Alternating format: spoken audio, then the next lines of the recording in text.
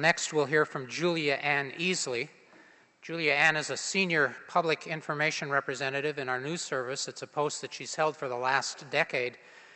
She's also an American Red Cross Disaster Services volunteer, one of the so-called Katrina kids who joined the Red Cross after Hurricane Katrina struck. She helped then by supervising the public affairs team at the largest Red Cross center in Louisiana. Since then, she's assisted the Red Cross at the Tahoe and Gora fire last summer and the San Diego wildfires last fall. Julianne.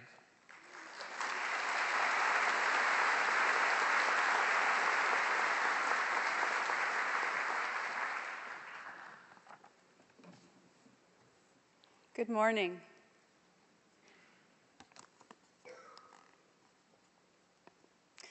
I received this small, crumpled note 3 years ago this week, and since then, I've treasured it. In just a few scribbled words, it says so much about public service and my experience with the American Red Cross. In the wake of Hurricane Katrina, my heart compelled me to see what I could do.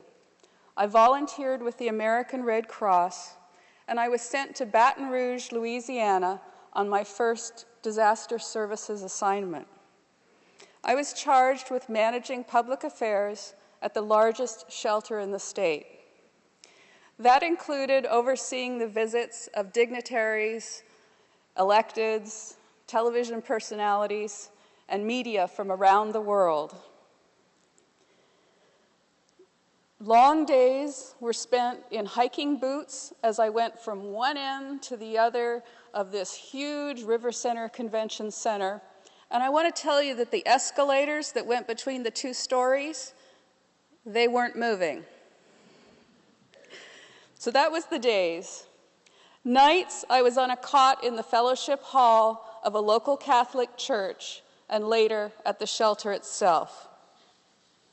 When my hiking socks got too stiff, I surrendered them to an ad hoc laundry service that parish families operated for the volunteers. One evening, the clean socks came back in a plastic bag with a brownie, Mardi Gras friendship beads, and this note. Here's what the note says. I had to get a new bag, smelly. Have a good day. Thanks for your help. When even just one steps out to serve, many walk together, often in quiet, unrecognized ways. The teen who washed my socks and wrote this note, in a way, went with me every day. Help me show you how UC Davis was there with me too. If you shaped campus policies that encouraged employees like me to volunteer for what was the largest and most devastating natural disaster in our nation's history, if, in the busyness of September, you freed me from my duties here to follow the tug on my heart, if you shouldered any of my responsibilities or waited patiently for something to be done while I was away, if you slipped something into a care package that followed me from UC Davis to Baton Rouge, if you lent me confidence and encouragement and prayer, if you could answer yes to any of these questions, would you please stand now? Is the Chancellor standing? Come on.